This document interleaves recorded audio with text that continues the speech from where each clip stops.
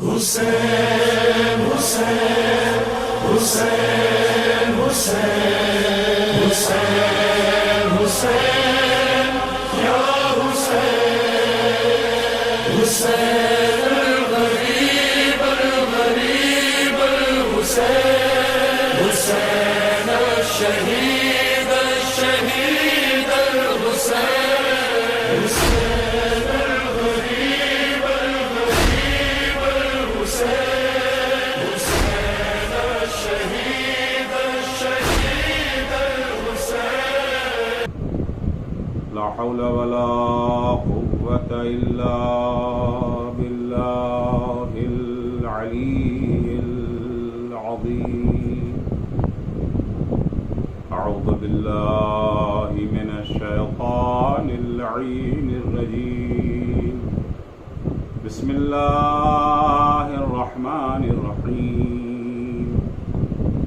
الحمد لله والصلاة والسلام على رسول الله وعلى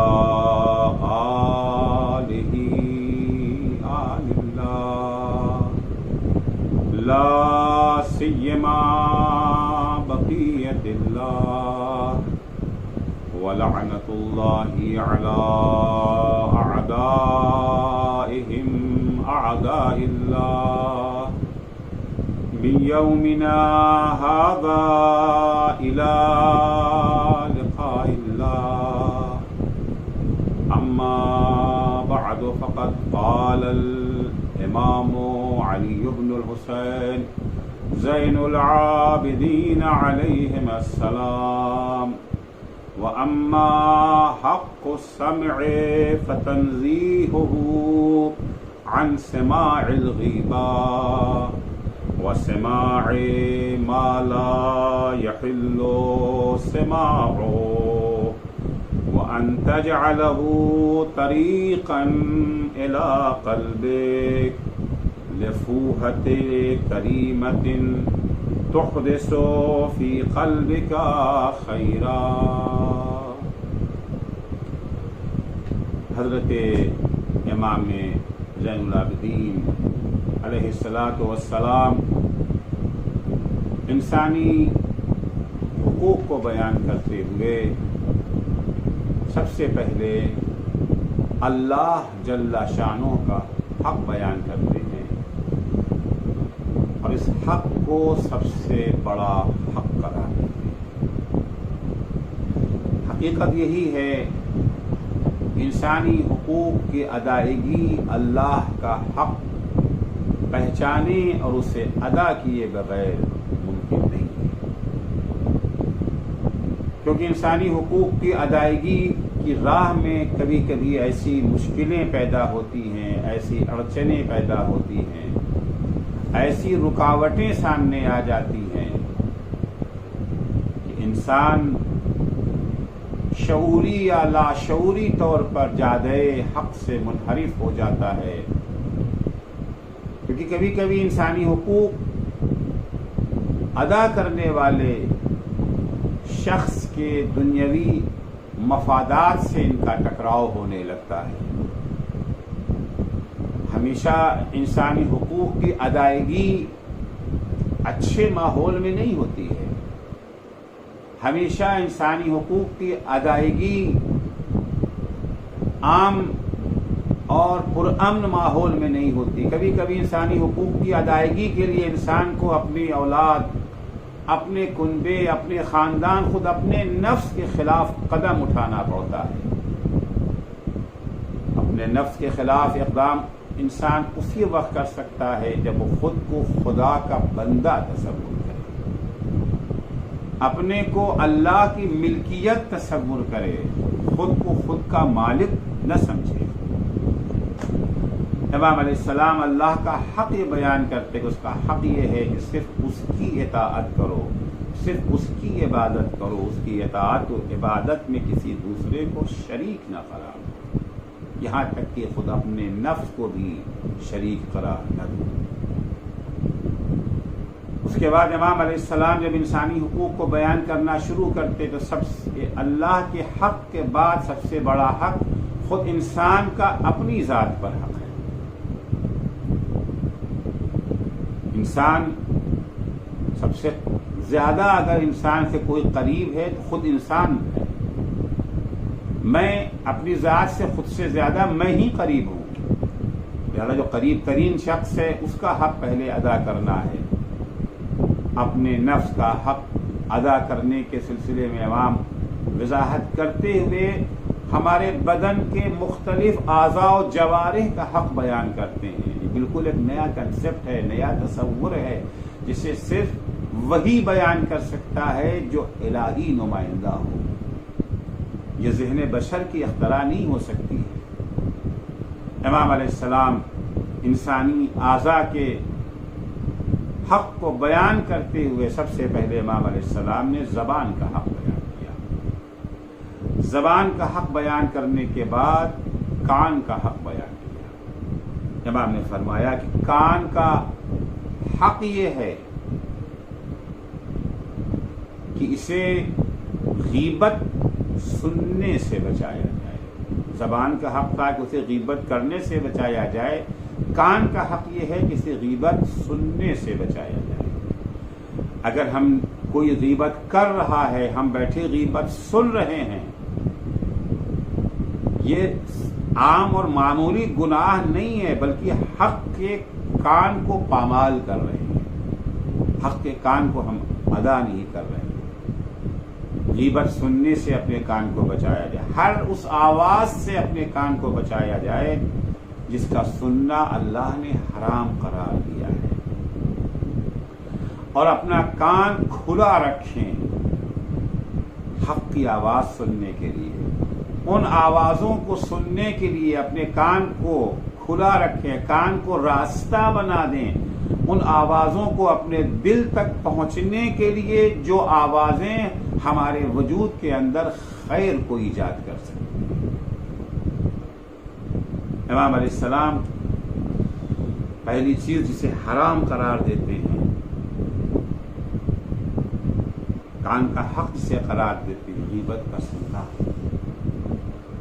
کان کو صرف اور صرف ان آوازوں کے لیے استعمال کیا جائے جن سے ہمیں مفید علم مل سکتا ہے۔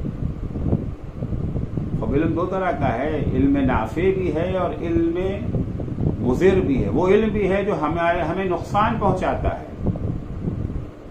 فرض کیجئے کسی نے جیب کاٹنا سیکھ لیا، خب علم تو ہے، لیکن یہ وہ علم ہے جو ہماری آخرت کو برباد کر دیتا ہے، ہماری شخصیت کو تباہ کر دیتا ہے، حتیٰ دنیا بھی ہماری برباد ہو جاتی ہے۔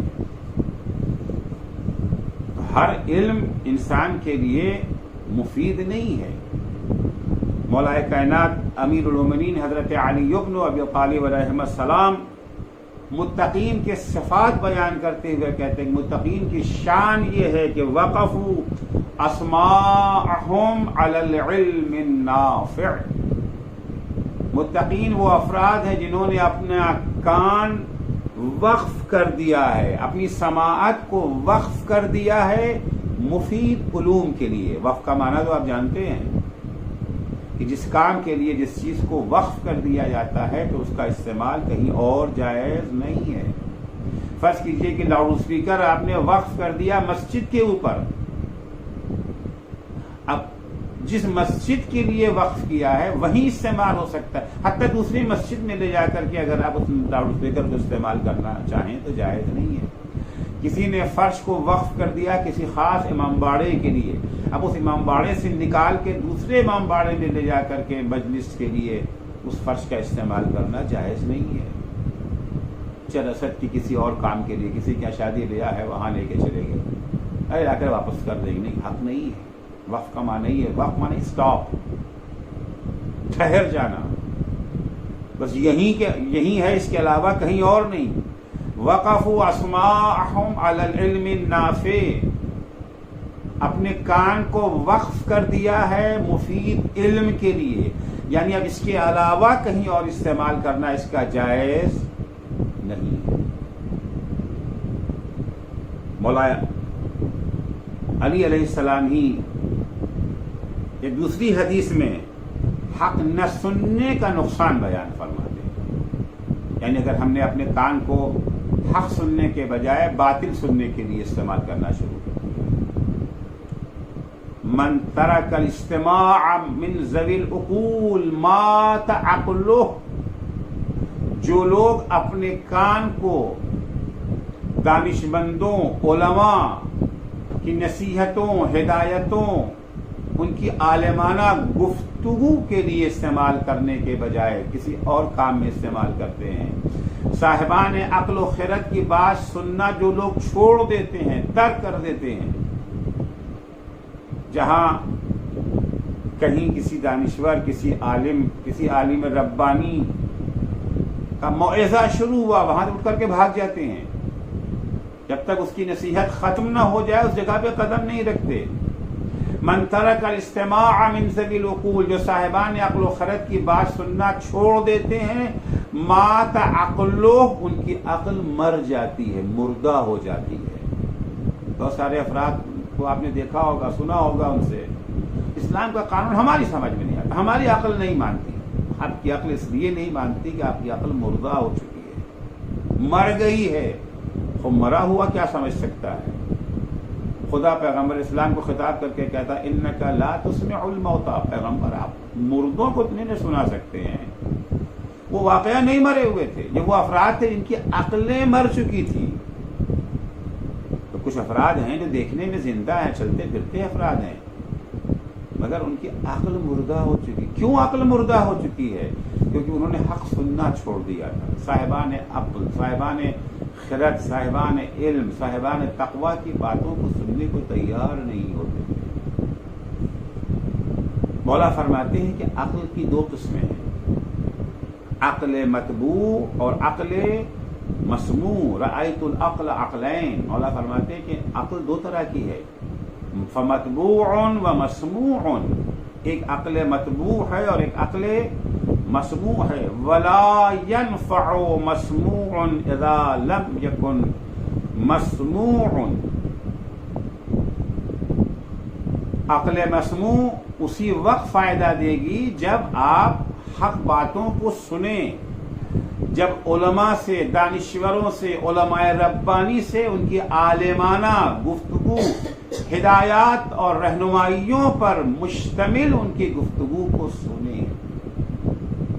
اگر آپ نے اس کو سننا چھوڑ دیا تو آپ کی عقل مسموع جو ہے وہ بیکار ہو جائے گی، مر جائے گی. زندگی کے لیے غذا ضروری ہے نا. اگر ہمارے اس بدن کو خوراک نہ ملے، غذا نہ ملے تو بدن مر جائے گا. اسی طرح سے عقل مسموع کو بھی اگر غذا نہ ملی تو یہ عقل مسموع مر جائے گی. عقل مسموع کی غذا کیا ہے؟ صاحبان عقل و خرد کی ناصحانہ گفتگو عقل مسموع ہے. امام فرماتے کہ کما لا ينفع الشمس وضوء العین ممنوع. سورج نکلا ہوا ہے، سورج چمک رہا ہے، سورج کی روشنی، سورج کی ضیاء کسے فائدہ پہنچائے گی؟ جس کے پاس آنکھ ہے. تو اندھے کے لیے سورج نکلے یا نہ نکلے کوئی فرق ہے؟ اندھے کے لیے دن اور رات میں کیا فرق ہے؟ جب سورج نکلا ہوا ہے، جب سورج ڈوبا ہوا ہے، اس کے لیے دونوں برابر ہے. امام فرماتے یہی حال ہے اس شخص کا، عقل مسموع ہے تو اس کے پاس، لیکن اس کی مثال اسی اندھے کی ہے جس کے لیے سورج کا نکلنا نہ نکلنا برابر ہے. جب انسان علماء کی گفتگو کو سنتے ہی نہیں ہے، کان کو حق باتیں سننے کے بجائے باطل باتوں کو سننے میں صرف کیا جا رہا ہے، اس کی عقل مر جائے گی. امام زین العابدین علیہ الصلوۃ والسلام زبان کا دو حق یہ جو ہے بیان فرما رہے ہیں کہ زبان کا دو حق ہے. ایک حق کیا ہے؟ اچھی اور برحق باتیں سننے کے لیے کان کو کھلا رکھنا.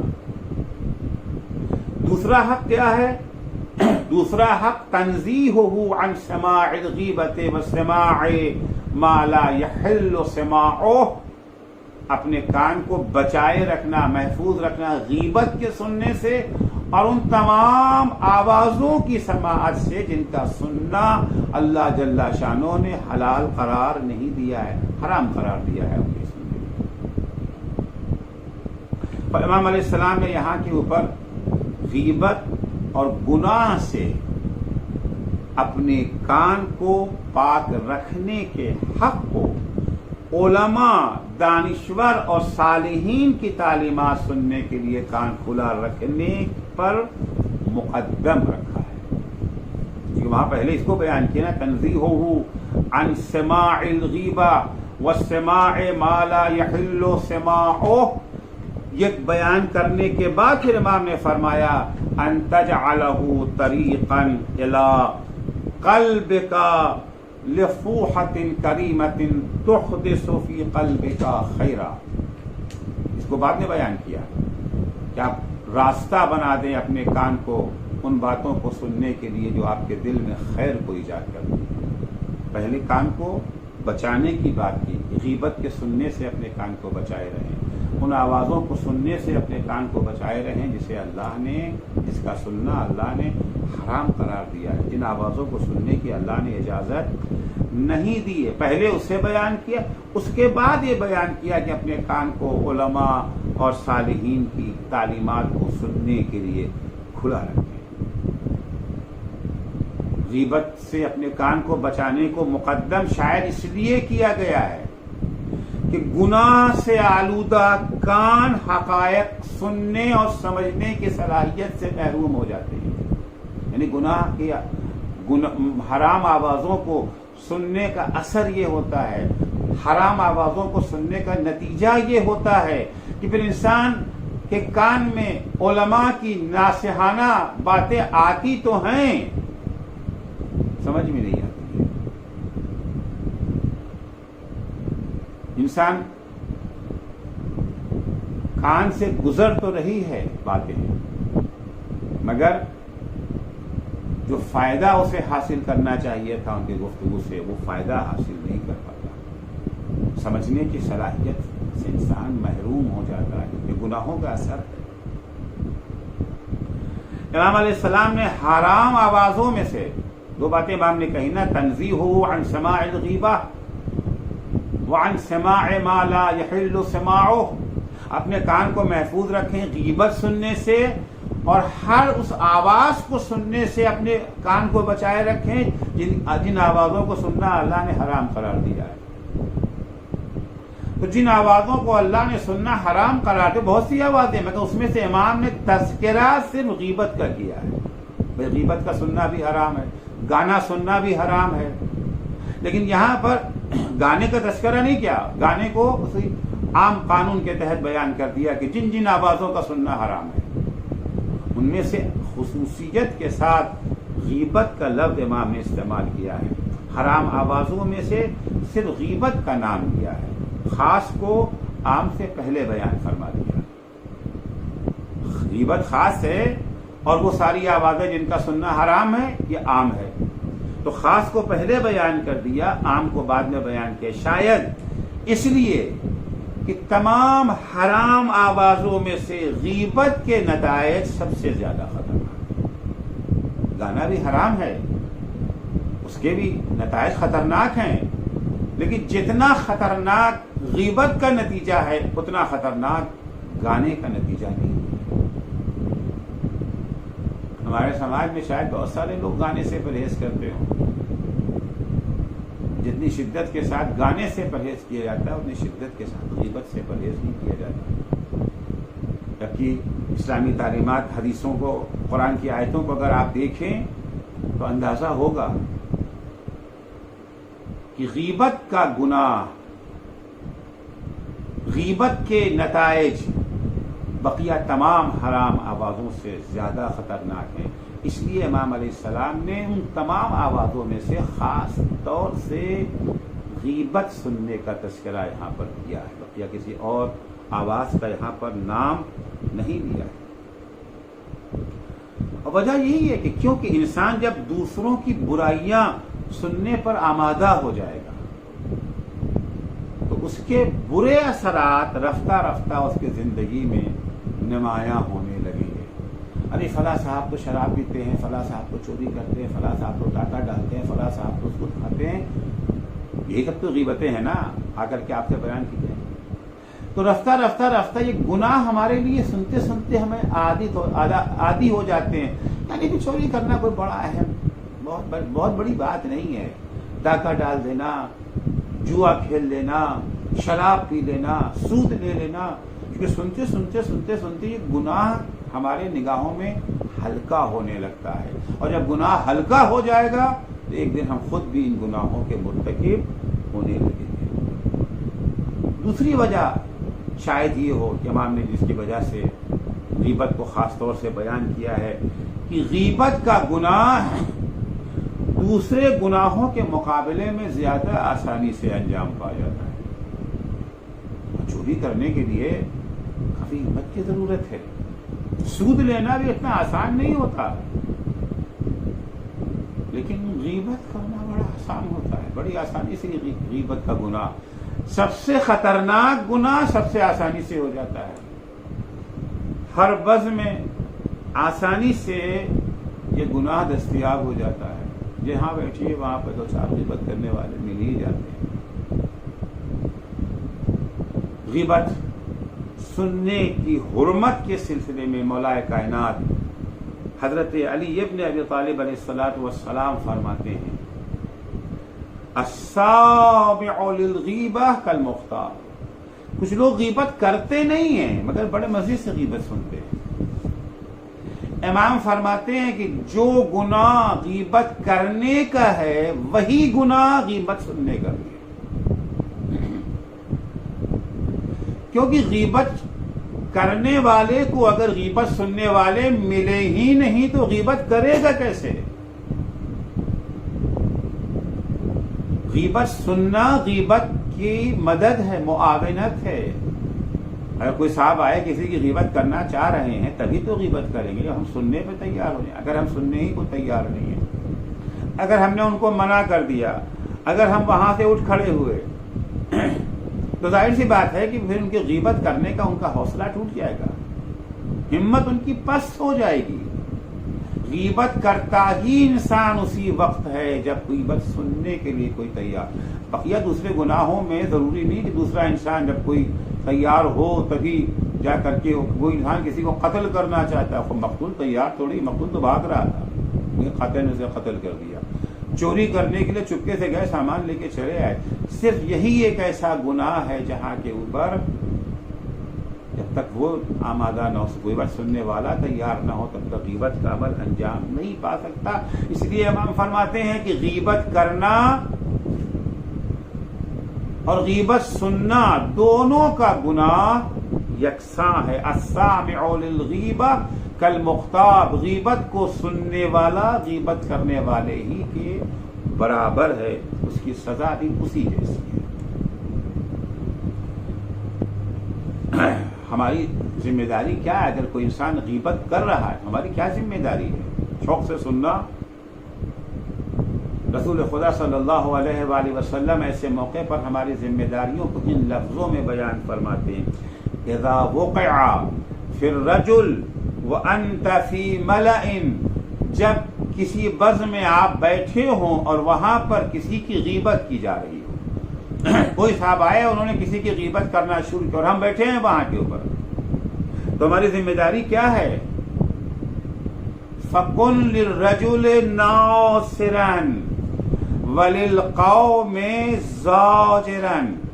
وہاں پہ آپ کی دو ڈیوٹی ہے، دو ذمہ داری. ایک ذمہ داری آپ کی اس کے سلسلے میں ہے جس کی غیبت کی جا رہی ہے، اور ایک ذمہ داری اس کے سلسلے میں جو غیبت کر رہا ہے.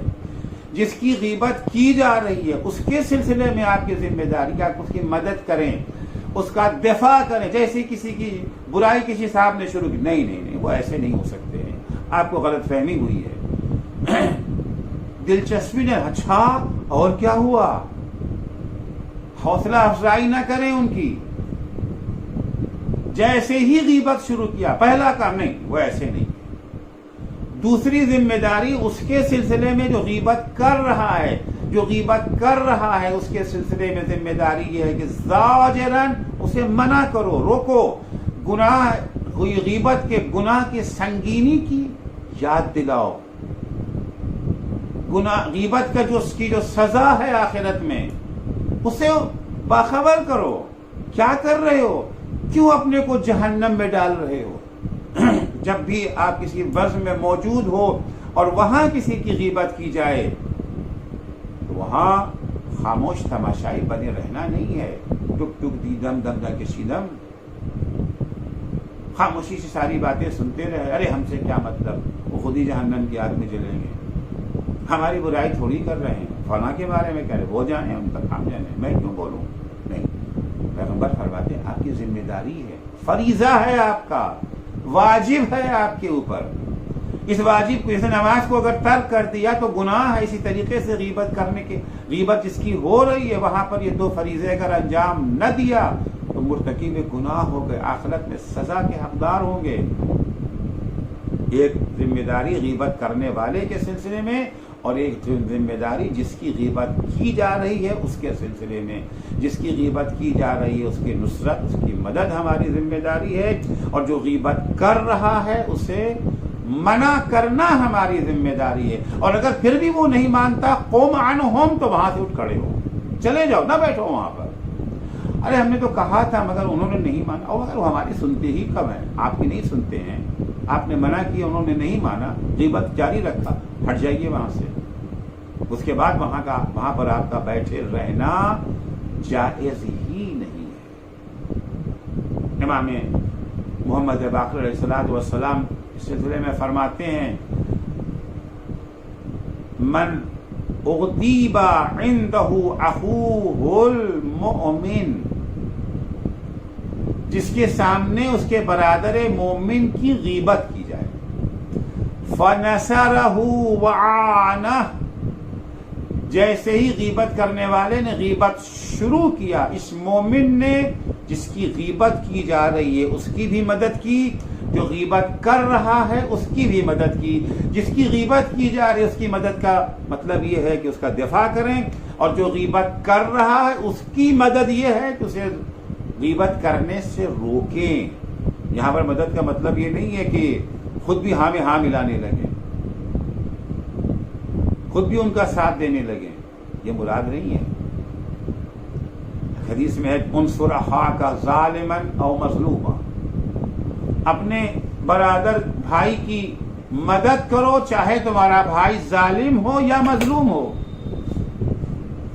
تو بعض لوگ معنی یہ نکالتے ہیں کہ اگر مظلوم ہے تو اس کے ساتھ دیں، اس کو ظلم سے بچائیں، اور اگر وہ ظالم ہے تو اس کا ظلم کرنے میں ساتھ دیں، کیونکہ اپنا بھائی ہے، ہر حال میں اپنے بھائی کی مدد کرنا ہے۔ نہیں، حدیث کا مطلب یہ نہیں ہے۔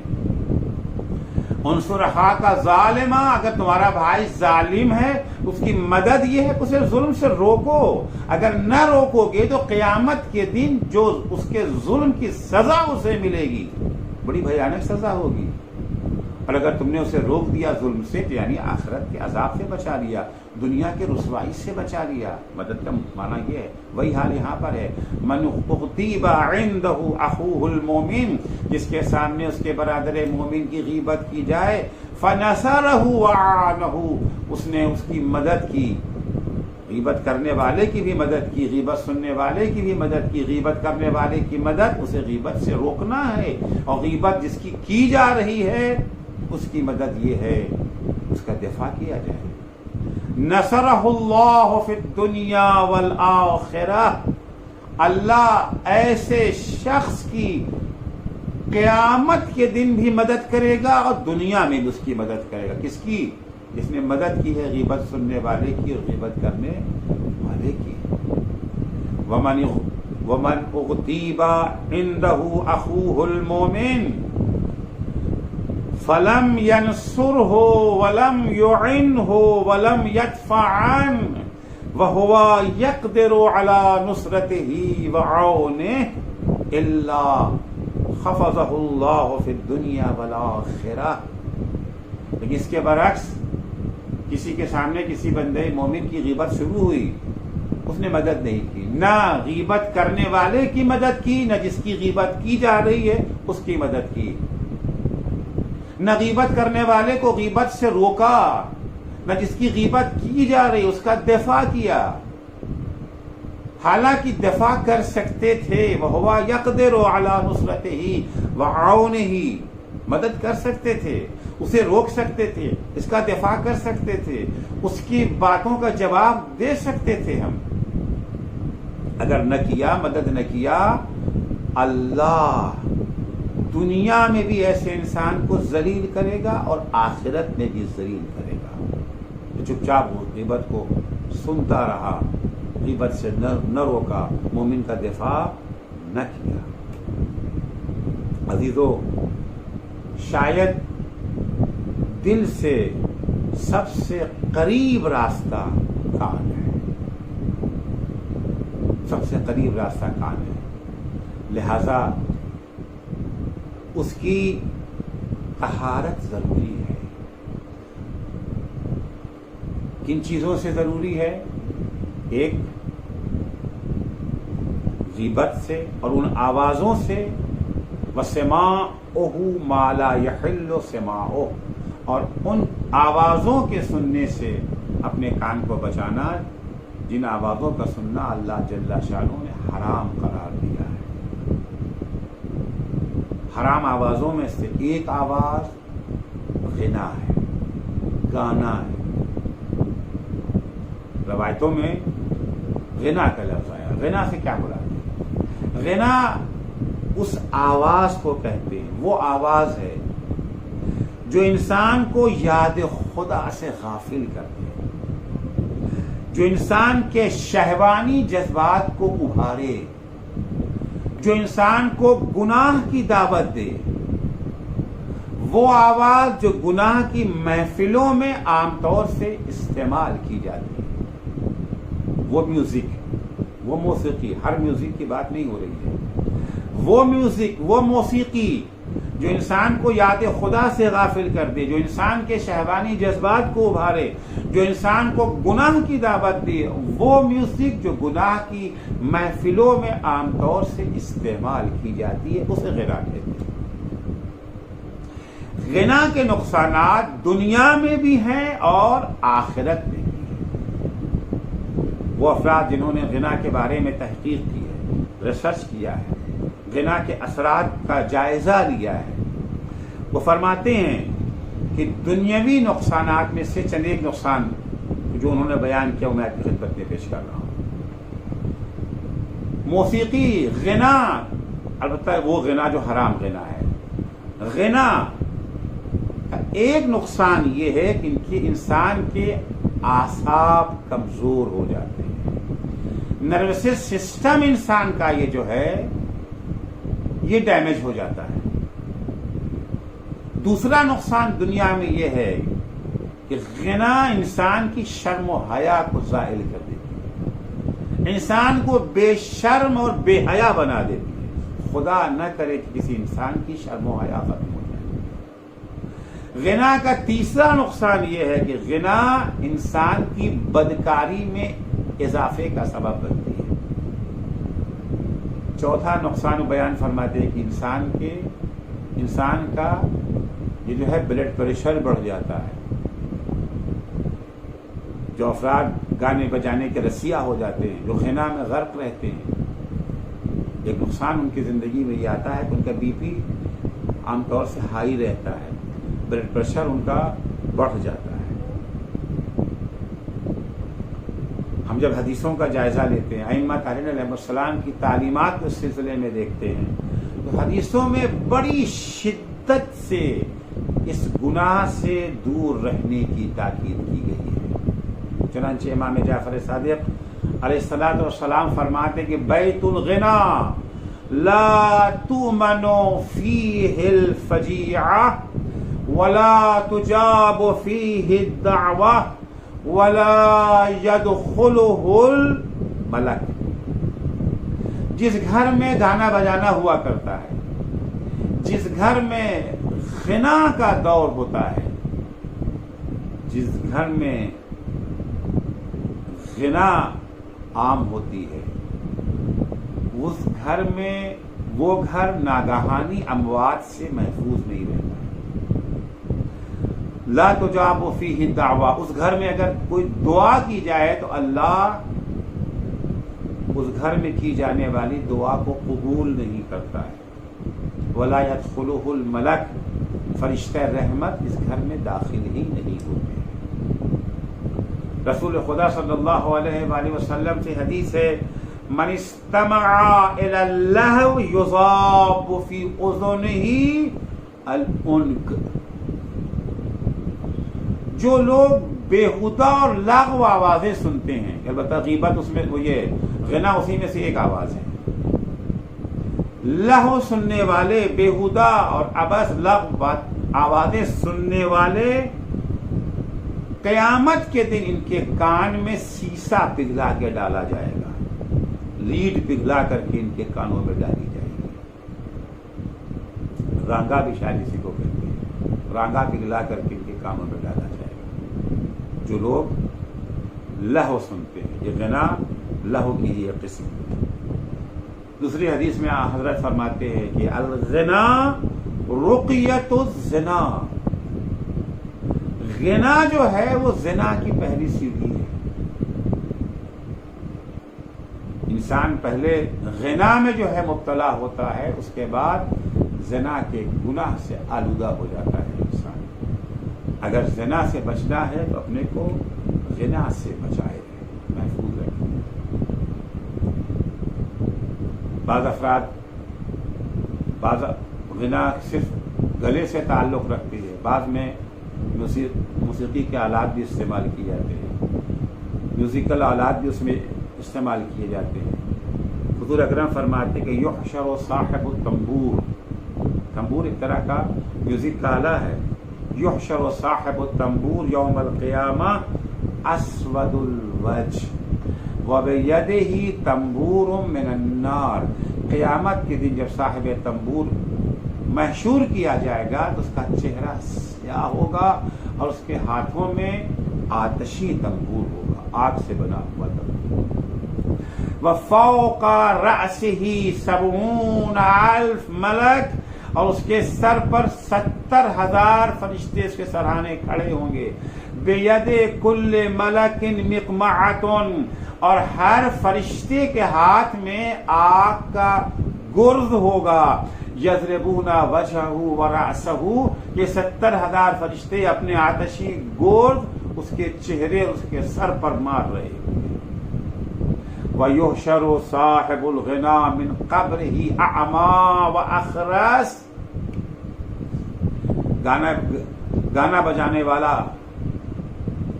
گانا بجانے کا کام کرنے والے کو جب قبر سے اٹھایا جائے گا، تو گانے بجانے والے کو قبر سے اٹھایا جائے گا تو اندھا اسے اٹھایا جائے گا، اخرس گونگا۔ قرآن مجید میں ہے کہ بعض لوگ قیامت کے دن اندھے اٹھائے جائیں گے۔ دنیا میں ان کی بڑی اچھی آنکھیں تھی، بڑی خوبصورت آنکھوں کے مالک تھے، وہ پروردگار سے شکوہ بھی کریں گے، رب لما حشرتنی اعمی وقد کنت بصیرا، خدایا ہماری آنکھ کیا ہوئی، ہمیں اندھا کیوں اٹھایا گیا ہے؟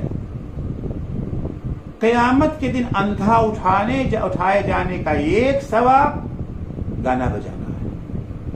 جو لوگ غنا کے عادی ہوتے ہیں، جو لوگ غنا کا گناہ دنیا میں انجام دیتے ہیں، قیامت کے دن جب انہیں اپنے قبروں سے اٹھایا جائے گا، دو عیب ان کے اندر پایا جائے گا، اندھے ہوں گے اور گونگے ہوں گے، نہ دیکھ سکیں گے نہ بول سکیں گے۔ تو کان کا ایک حق کیا تھا؟ ایک حق تو یہ تھا کہ علماء، دانشوروں،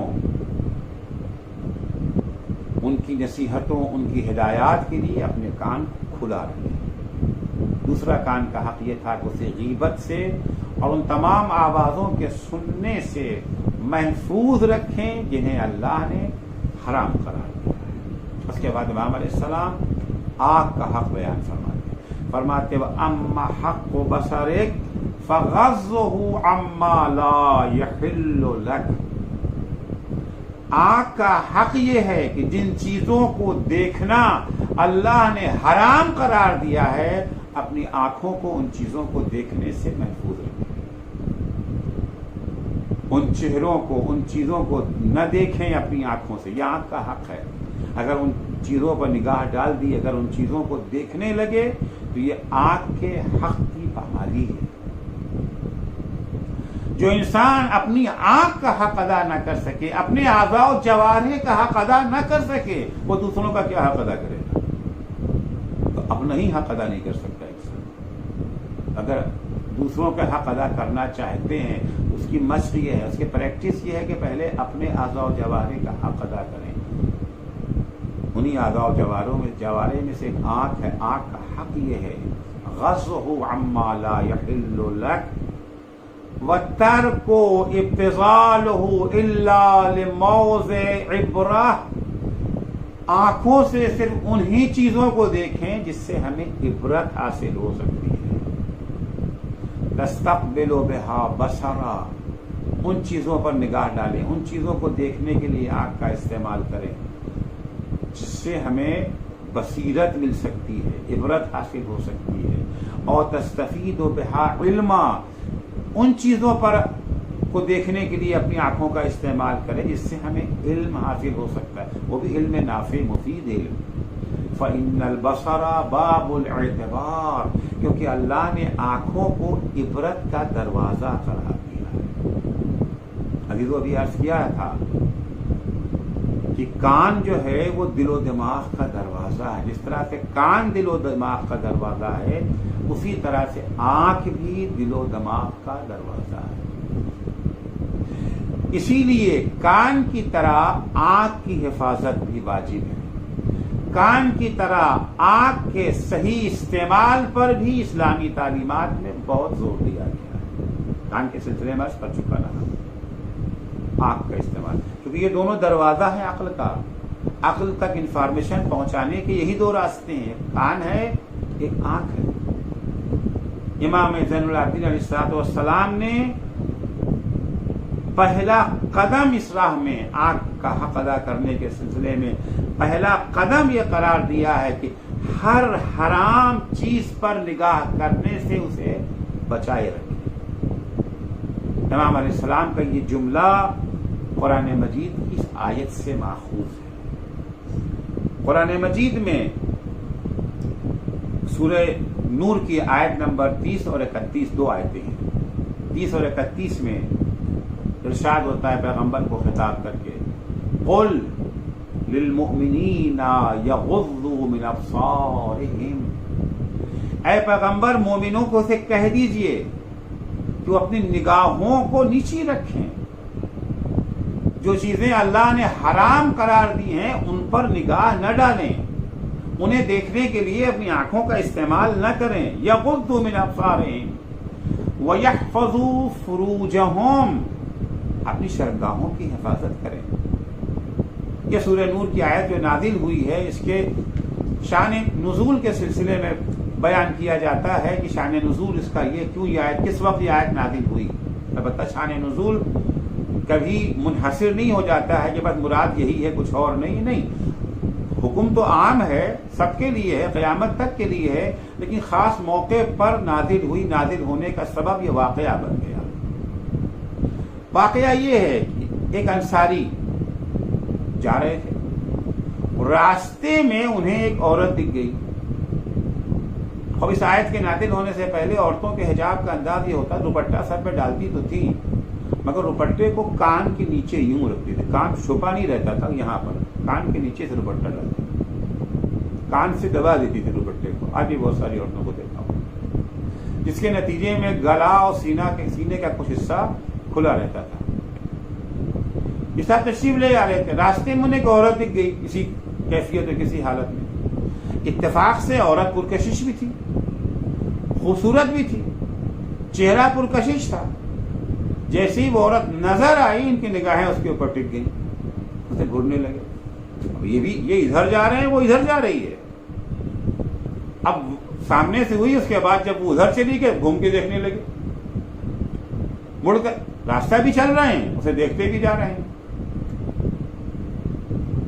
ابھی چلتے جا رہے ہیں، تھوڑی دور جانے کے بعد راستہ تنگ ہو گیا تھا. ابھی چوڑے راستے پہ جا رہے ہیں، آگے جا کے راستہ تنگ ہو گیا. اب ان کی نگاہیں تو عورت کے اوپر جمی ہوئی ہیں. یہ تنگ گلی میں پہنچ گئے، ٹکرا بھی گئے. وہاں کوئی تیز دھاردار چیز تھی جو ان کے چہرے کے اوپر چبھ بھی گئی، چہرہ زخمی بھی ہو گیا، انہیں پتہ بھی نہ چلا. اتنا محو ہو چکے تھے. کیونکہ دیکھیے، توجہ اور غفلت یہ بہت اہم چیز ہے. جب انسان کسی ایک چیز میں منہمک ہو جاتا ہے، اس کی توجہ اس کی طرف چلی جاتی ہے، تو دوسری چیز سے انسان غافل ہو جاتا ہے. آپ دیکھیں عموماً بچے ہیں، بچہ اسکول سے آتا ہے، گھر آنے کے بعد ہنگامہ شروع، ممی کھانا چاہیے، بھوک لگی ہے. ممی کہ اچھا ہاں بیٹا دے رہے ہیں، کھانا گرم کر رہے ہیں، نکال رہے ہیں، دسترخوان لگا رہے ہیں، ہنگامہ کر دیتا ہے. اسی وقت ممی نے آ کر کے ٹی وی کھول دیا، وقت ان کا پسندیدہ کارٹون آ رہا تھا. اب جو کارٹون دیکھنے بیٹھ گیا، بھوک بھول گیا. اکثر دیکھا ہوگا بچے کھیل کود میں کھیل رہے ہوتے ہیں، ان کو چوٹ لگ جاتی ہے، خون بہ رہا ہے، کھیل میں اتنا منہمک ہیں کہ اپنے زخم کا احساس ہی نہیں ہے. جبکہ عام حالات میں ذرا سی کھروچ اگر لگ جاتی تو چیخ چلا کر کے گھر سر پہ اٹھا لیا ہوتا. جب انہماک کسی ایک چیز میں ہو جاتا ہے. مرحوم آیت اللہ خنساری، آیت اللہ سید احمد خنساری بہت بڑے مرجع گزرے ہیں. میں نے ان کو دیکھا، ان کی زیارت کی ہے. ہمارے سامنے ان کا انتقال ہوا ایران میں. مرحوم آیت اللہ خنساری بیمار ہو گئے تھے، ان کے معدے کا آپریشن ہونا تھا. اور معدے کا آپریشن یہ جو ہے میجر آپریشن ہے، پورا پیٹ چاک کرنا ہے. بے ہوش کیے بغیر اتنا بڑا آپریشن نہیں ہو سکتا. ڈاکٹروں نے کہا کہ آغا اسپتال میں ایڈمٹ ہوئے کہ آغا آپ کے آپریشن ہونا ہے.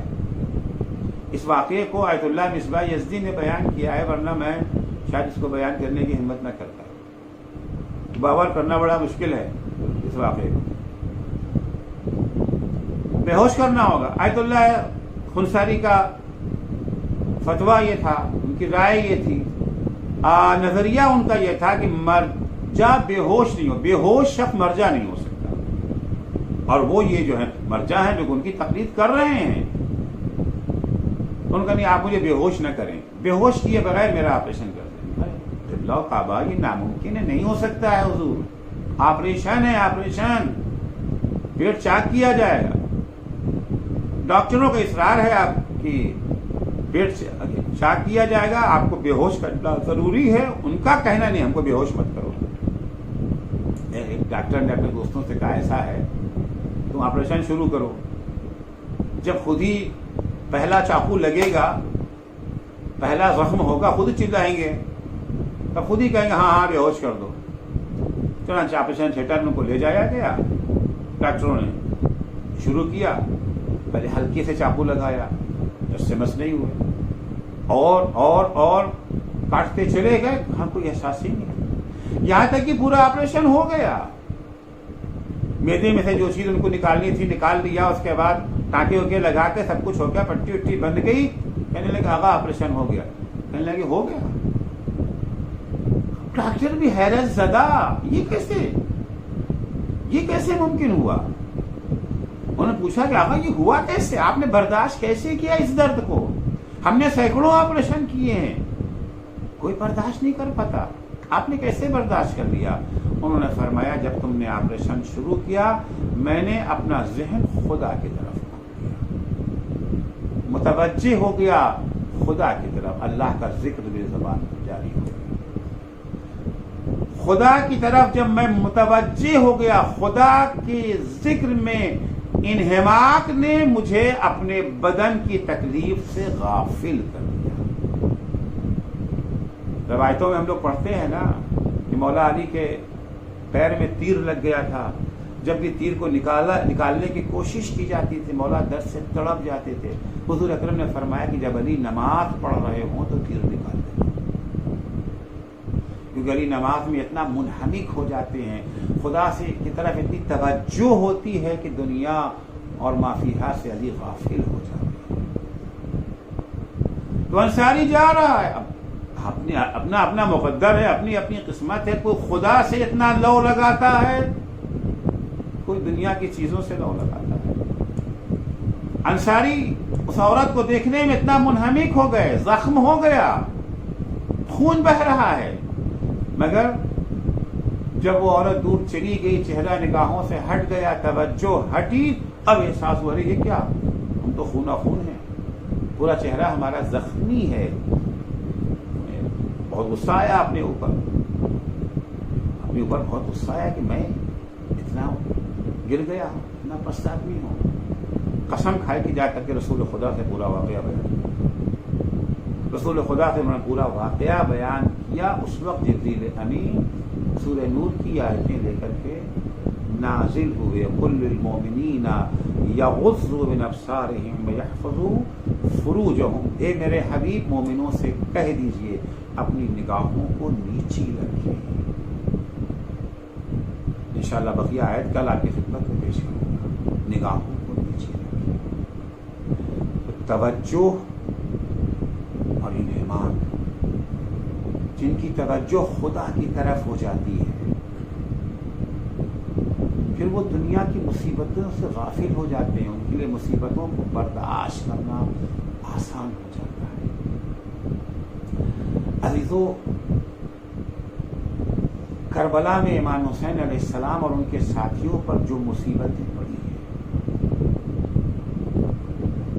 ان مصیبتوں کو برداشت کرنا بہت مشکل کام ہے۔ محال تو نہیں کہوں گا، بہت مشکل کام ہے۔ عام طور سے ایک انسان اتنی ساری مصیبتیں برداشت کر لے۔ ایک عاشور کے دن کربلا میں امام حسین، کون سی ایسی مصیبت تھی جو امام حسین، اصحاب حسین اور انصار حسین کو ان مصیبتوں کا سامنا نہیں کرنا پڑا؟ عموماً بہت سارے افراد انکار کر دیتے ہیں، نہیں یہ کربلا میں اتنا سب نہیں ہوا، آپ لوگوں کو بڑھا چڑھا کے پیش کیا ہے، کیونکہ وہ ان صلاحیتوں کے مالک نہیں ہیں جن صلاحیتوں کے مالک اصحاب حسین تھے۔ وہ اپنے اوپر انہیں قیاس کرنا شروع کر دیتے ہیں۔ عزیزو، اگر اصحاب حسین نے، اگر خود سید الشہداء نے اتنی ساری مصیبتیں برداشت کر لی، اس کی وجہ عشق خدا ہے، خدا کی طرف توجہ۔ جتنا زیادہ عشق خدا ہوگا، جتنا زیادہ انسان خدا سے لو لگائے گا، اتنے ہی اس کے لیے دنیا کی مصیبتیں آسان ہو جائیں۔ ہمارے لیے چند گھنٹوں کی پیاس ناقابل برداشت ہے، لیکن جو لوگ عشق خدا میں غرق ہو گئے، ان کے لیے 3 دن کی بھوک اور پیاس برداشت کر لینا مشکل نہیں تھا۔ کربلا کے میدان میں بہت سارے مواقع، بہت ساری مصیبتیں ہیں، ایک سے ایک سخت لمحہ، ایک سے ایک مشکل لمحہ ہے، لیکن سب سے مشکل لمحہ کربلا کے میدان میں امام حسین کے لیے وہ موقع تھا جب امام حسین کے ہاتھوں پر 6 مہینے کے بے شیر کا جنازہ تھا۔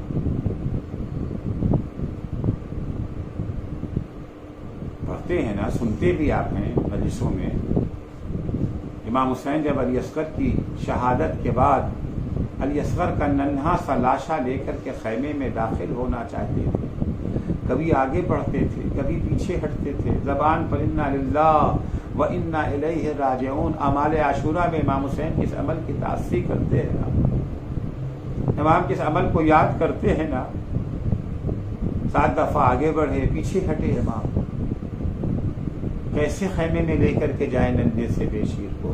بڑا مشکل لمحہ ہے امام حسین کے لیے۔ امام حسین فرماتے ہیں کہ ہون علی انہ بعین اللہ، یہ مشکل ترین لمحہ بھی میرے لیے آسان ہے۔ کیوں آسان ہے؟ کیونکہ یہ خدا کی نگاہوں کے سامنے ہے، کیونکہ حسین خدا سے لو لگائے ہیں، خدا کی طرف متوجہ ہیں۔ کیوں امام حسین کے لیے یہ لمحہ اتنا مشکل ہو گیا تھا؟